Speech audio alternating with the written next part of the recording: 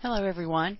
Welcome to section 8.1 of chapter 8, Acids and Bases. We're going to look at two different ways to describe acids and bases. The first one is the Arrhenius acid definition. And Arrhenius described acids as those that produce a hydrogen ion in water, as you see here. And so if you put HCl gas, hydrogen chloride gas, in water, it will produce hydrogen ions and chloride ions. Both of these are electrolytes. They will have a sour taste and they will turn blue litmus paper red. And they will also neutralize bases, which are sort of their opposites. Acids with an H and a nonmetal are named with the prefix hydro and then end it with an ic. So for example, if you've got hydrogen and chlorine together, then you have hydrochloric acid. Acids with an H and a polyatomic ion are named by changing the end of the ion, and it depends on what type it is. So if it's a chlorate ion, then it becomes a chloric acid. If it's a chlorite, such as the ClO2 that you see down here, then it becomes chlorous acid. Those are just the rules. It's just something that you just kind of have to memorize. And so this is a table of various types of acids. The ones without oxygen, the ones that you may be familiar with, hydrochloric acid, any of the halogens can create these. Acids with the oxygen and the nonmetal would be nitric acid. Notice that NO3 is the nitrate polyatomic ion, and so it becomes nitric acid. The nitrous acid is formed from the nitrite ion.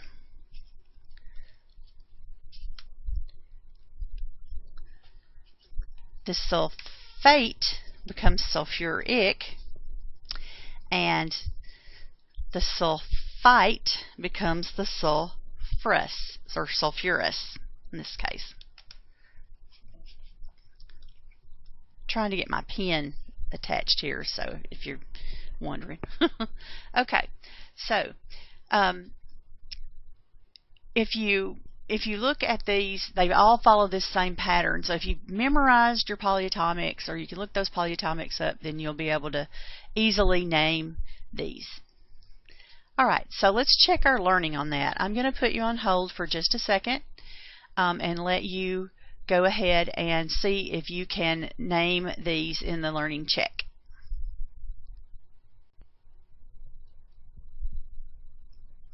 Okay, so the name of the acid with an H and a nonmetal uses the prefix hydro, ends with ic. So if you've got HBr, then it becomes what? Bromic, or hydrobromic, right? Then the H2CO3 has a carbonate ion. Oops. Sorry, getting used to this pen. It has a carbonate ion, and so it would be carbonic acid, okay, because it was carbonate.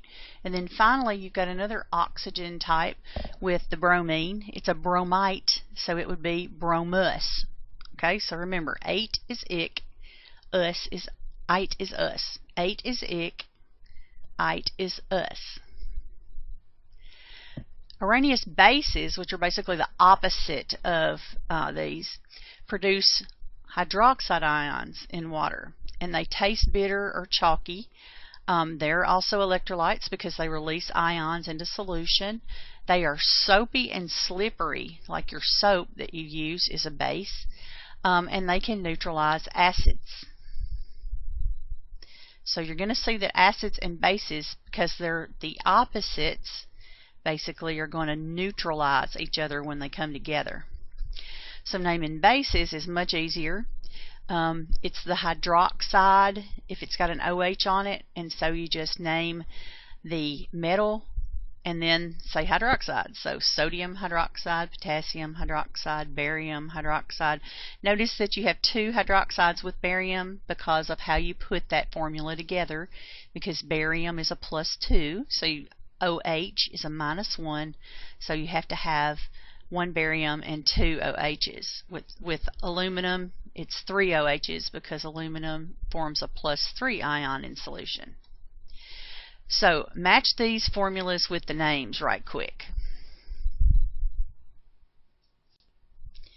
Okay, let's see how you did.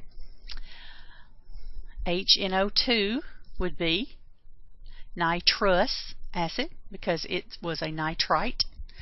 Calcium hydroxide would be the second one. H2SO4, SO4 is sulfate, so it would be sulfuric. HiO3 would be iodic because that was the iodate. And the last one, sodium hydroxide, which is one that you're going to see over and over again. According to the Brønsted-Lowry acids and base definitions, now this is the other crew other than Arrhenius that define this, that an acid donates a proton and a base accepts a proton. So water can actually be either one, because it can donate a proton and become a hydroxide, or it can be a hydroxide accept a hydrogen and become a water, or it can even accept a proton and become what's called a hydronium ion. So if you look at ammonia reacting in water, ammonia is a base. Ammonia plus water gives you an ammonium ion plus a hydroxide. So what happened here was that the ammonia accepted a hydrogen. Notice that now instead of 3 hydrogens, you have 4 hydrogens around the ammonium, and that leaves you the ammonium ion that's going to be positively charged, and then you have the hydroxide, because it basically split that water in 2, didn't it? So characteristics of acids and bases, we've talked about that. Basically, Arrhenius and Brønsted are the same for acids. Arrhenius says they produce hydrogen ions. Brønsted-Lowry says that they donate. Same thing, right? In bases, Arrhenius says they produce the OH. Brønsted-Lowry says they accept an H+. And the reason is because all bases don't have an OH. So that's why Brønsted-Lowry sort of changed that a little bit. Electrolytes, both of them are electrolytes. Acids are sour. If you think about citric acid that you find in lemons, that's sour. Bases are bitter and chalky tasting. Acids will sting you if you get them on you. Bases are going to be soapy and slippery.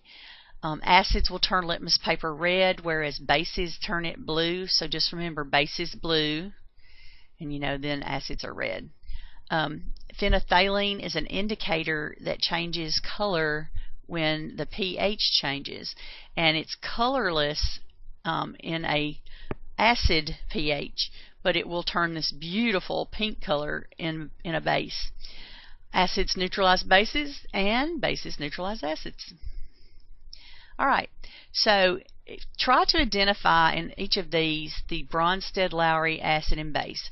Remember that the Brønsted-Lowry says that acids donate a proton or an H+, and bases will accept it. And you have to have one with the other. Alright, so try this right quick. Just put me on pause. Okay, so did you do it? The HNO3, and it's easy to identify acids because they always start with an H. So nitric acid has an H right here.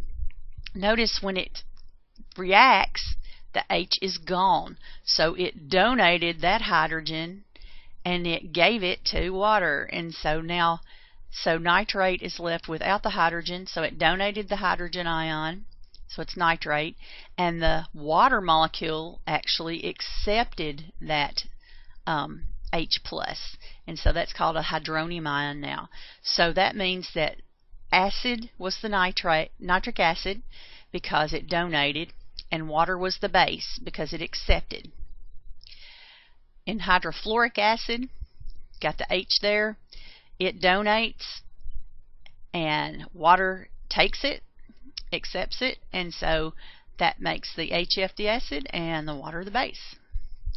Identify each as a characteristic of an acid or a base. You can look back on your notes and do this. So if you want to put me on hold right quick and see if you can do it from memory, and then you can go back and check.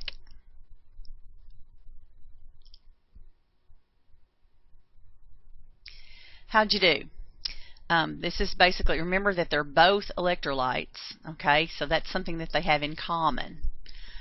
Pretty much everything else is an opposite relationship.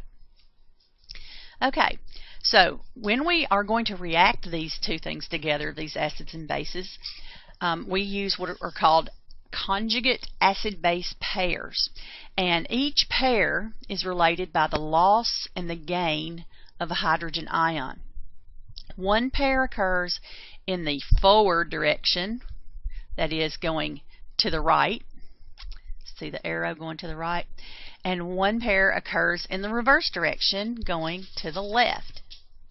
And so the acid on the left has a conjugate base on the right. So the acid was when it had the hydrogen ion. The base is when it lost it. The same way works with the conjugate acid-base pair of the base. The base is the base on the left side of the arrow, and on the right side it is what? The acid, because it has accepted a proton. That's the only definition you got to worry about, right? So when you look at this reaction, you've got HF, which is an acid. We know that because we see that H. Hydrofluoric acid plus water is going to give us a fluoride ion and a hydronium ion. So the HF goes with the F, and the water goes with the hydronium ion. So those are conjugate acid-base pairs. Why don't we say base-acid pair? Well, the acid goes to the base, and then remember we're looking at the reaction going both ways. So the hydronium ion, which is the acid, goes to the base. So they're acid-base pairs. Remember though that your acid has a conjugate base and your base has a what? Conjugate acid. If you need to go back and review that a little bit, I know it's a little counterintuitive maybe to you, but go back and review that if you need to. So the first conjugate acid base, as we said, was the HF donating the proton. It's left as that F minus. So each one of these things is going to be related by the gain or the loss of that hydrogen ion. And that's all there is to acids and bases, really, is this movement of the hydrogen ion. When we are going to react ammonia with water, is ammonia a base or an acid? Well, remember, ammonia is what? A base. And so what it's going to do, and you can look at the reaction and tell that, because ammonia, when it reacts with the water, what? Gains a hydrogen ion. So that means that it accepted that, which is the definition of a base. So the ammonia is a base because it accepts the hydrogen and becomes ammonium. Water this time is what? The acid, because it donates the hydrogen and becomes a hydroxide. So this time the ammonium and the ammonia are the conjugate acid-base pair, and the water and the hydroxide are the conjugate acid pair.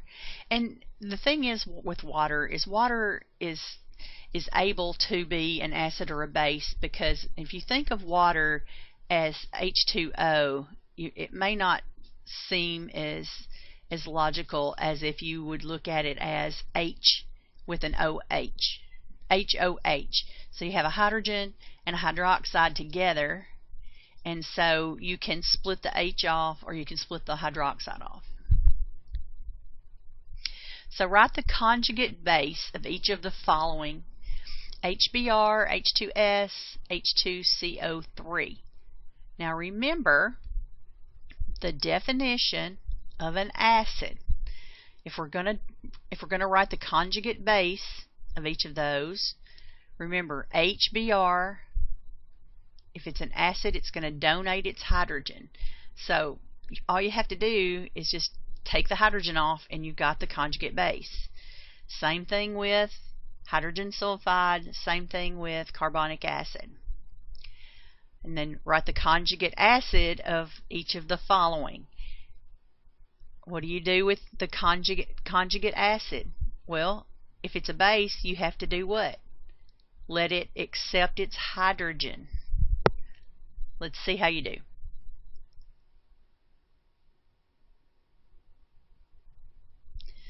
So we remove the hydrogen from HBr and we get Br minus. Remember, it will have a charge. You remove one hydrogen from H2S and you get HS minus. And you remove one hydrogen from carbonic acid and you get bicarbonate, HCO3 minus. With the conjugate bases, or the bases, we're going to add what? Conjugate, to write the conjugate acid, we're going to just add a hydrogen. That's all there is to this. Okay, it's all about the hydrogens moving. So if you have a base, it's going to accept a hydrogen ion. So if you have NO2 minus, you add an H and you have HNO2. NH3 becomes NH4 plus. OH minus becomes H2O. Simple as that. Identify the sets that contain acid-base conjugate pairs. Now this time you're going to look and see, okay, is there one that could donate and what does it become? Or is there one that can accept and what would it become if it did that? So see if you can identify which of these 5 has an actual acid-base conjugate pair.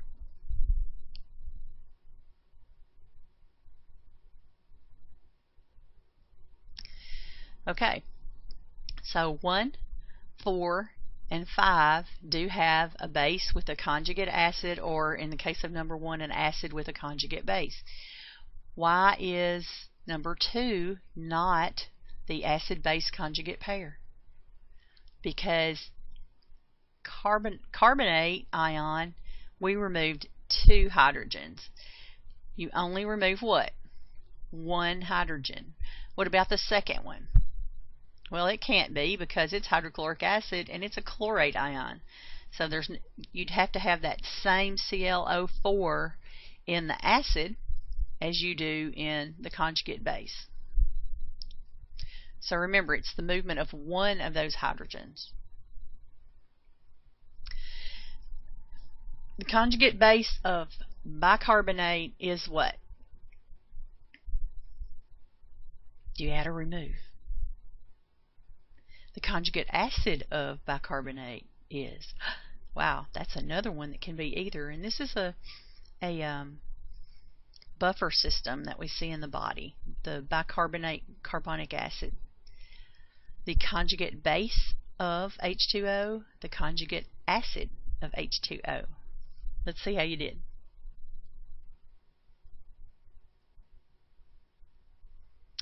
Very good. I'm sure you did great. In addition to just practicing the conjugate base acid thing, the purpose of this exercise right here was also to show you that some things can be an acid and a base, especially if you have something like this that starts out with more than 1 hydrogen. Okay, sometimes you'll see that. Same thing with the water. The water can be a base if it gives a hydrogen up, or it can be an acid if it accepts it. And that is the end of 8.1. If you feel like you are not too tired, you can go on to 8.2. Otherwise, I'll see you later.